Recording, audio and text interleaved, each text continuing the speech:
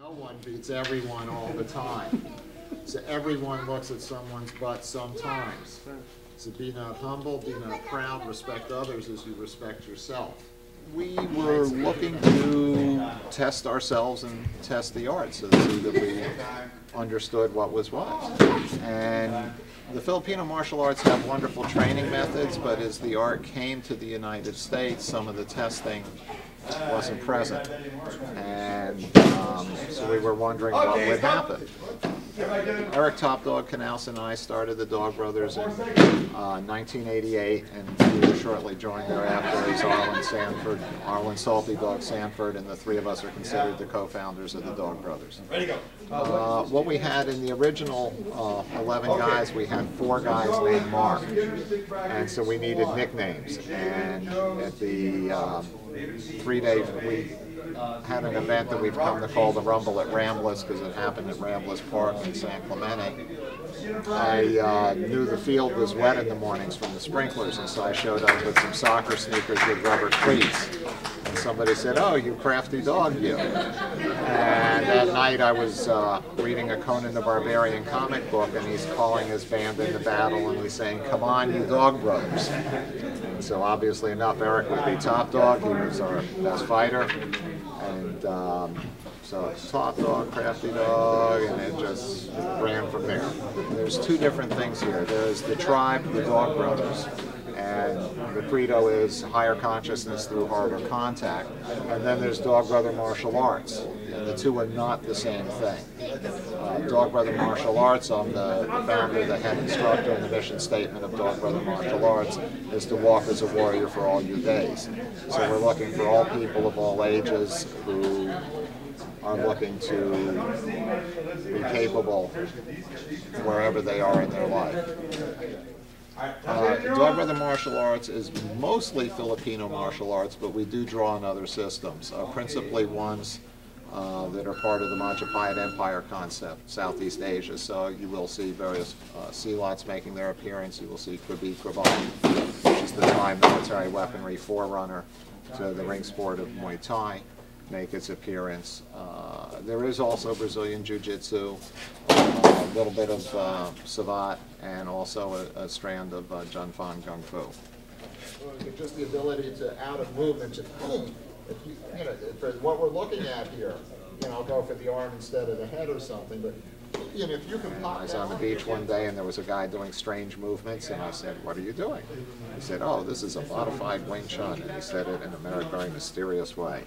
I said, "I heard of Wing Chun, that's supposed to be pretty good."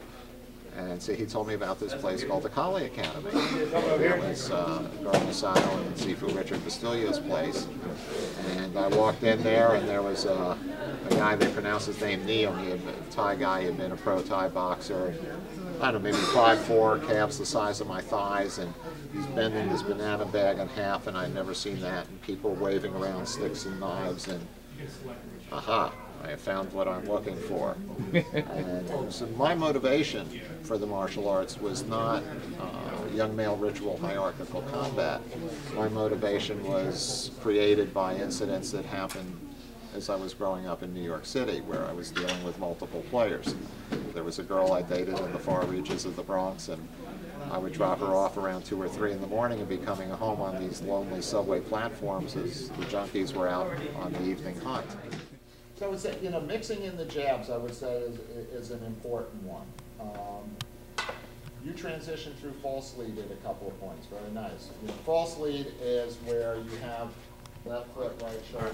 What I like about FMA is that it allows for continuous growth. It's not just hierarchical, that it's also thinking in terms of multiple players. I like that it thinks in terms of the weapons that are involved, or may not be involved, that you don't always know. And I was very surprised at how much my boxing had improved from the training in the double stick. Because one of the things, you can tell somebody, don't drop your hand on the retraction, and they'll go, and 2 punches later, they're dropping it again. But the double stick, you're learning how to turn your body and to be precise with where the hand retracts. And so your mind learns to stay connected to your hands. You're learning to turn your body more in a different way. And I got to think that's kind of interesting. And so with the different areas in the Filipino arts, 12 and Inosanto blend, working in one area develops another area. And so you're always keeping yourself fresh instead of going past the point of diminishing returns.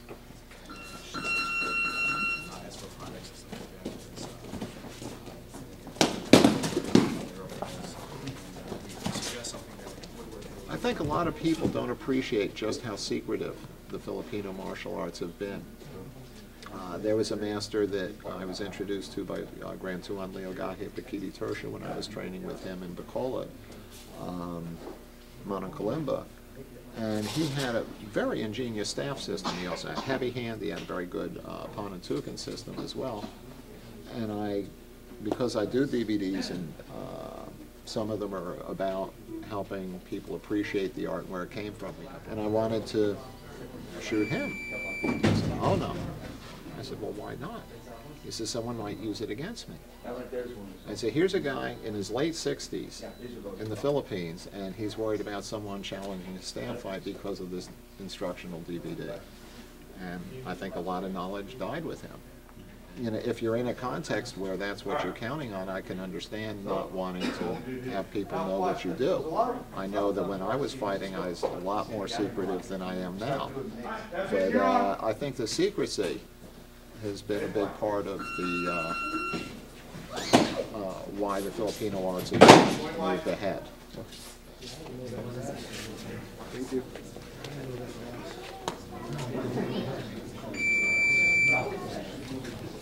All right. I think the biggest, hard to say, but certainly one is it's only stick fighting.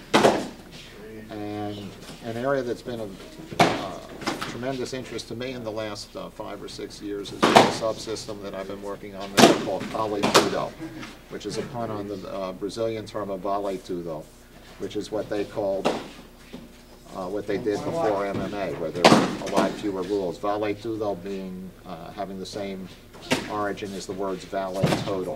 Vale total meaning anything goes. The Kali Tudo is where I look to test and apply the claim of the Filipino martial arts that the movements of the empty hands are just like those of the weapons.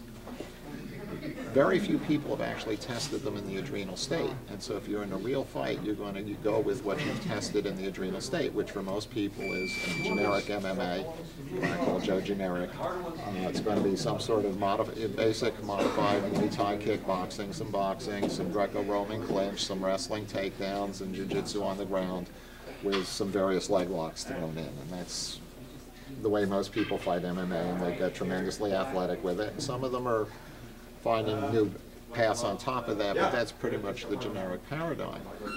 And if you look at boxing punches from the point of view of a Kali man, they're all four-handed thrusts. Whether they come straight or hooked, whatever the angle, they're all straight, they're all four-handed thrusts. And it can be very difficult if that's the way you've done all your sparring to start saying, well, you're going to be doing things like that. Make that transition, and I have hit people with sticks, so these movements make sense to me in a different way. But as I began playing with it, and so the Kali Tudo has really been an area of great interest to me. And this then brings the art home to the starting point of my interest, which is street application, which is if you have a different response depending on whether this motion has a weapon or not, you're not going to have time to choose. You can't say it's empty hand, I can cover. You can't say it's knife, I need to do this. You need the same response regardless, what I call consistency across categories. And so through my research with the Kali Tudo material, I now respond to as the art promises, to the angle of attack and not to whether there's an empty hand or a knife or a bottle or a car antenna or what it is. It's all essentially the same movement, the same idiom of movement. Stick fight.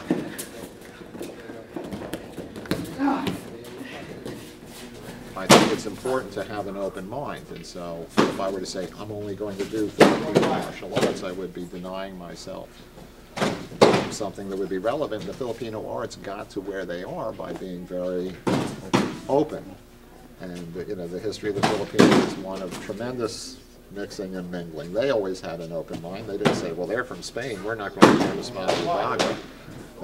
They said, oh, that's interesting. Let's see what we can do with it. Yeah. And as a fighter, the blend of the stick and the grappling is something very interesting to me. It's like a game of pinball. You're doing well and the machine releases 3 balls, and you have to diffuse your attention so you're keeping track of the 3 balls simultaneously. And so someone might be doing something that's a good response in a jiu-jitsu MMA context, but it's a terrible response in a stick fighting concept. So I think it's necessary to just have an open mind, but having that open mind, the way it works for me is that the dominant influence for me is the Filipino arts. I use the term Kali, but other groups use the name Eskrima or Arnis.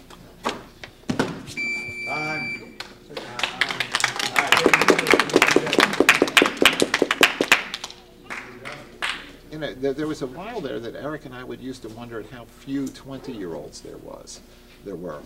And the conclusion we came to is that the intensity of the fighting was more than that the young guys were up to at that time. Now this is back in the 80s and 90s, so now that's not a problem now.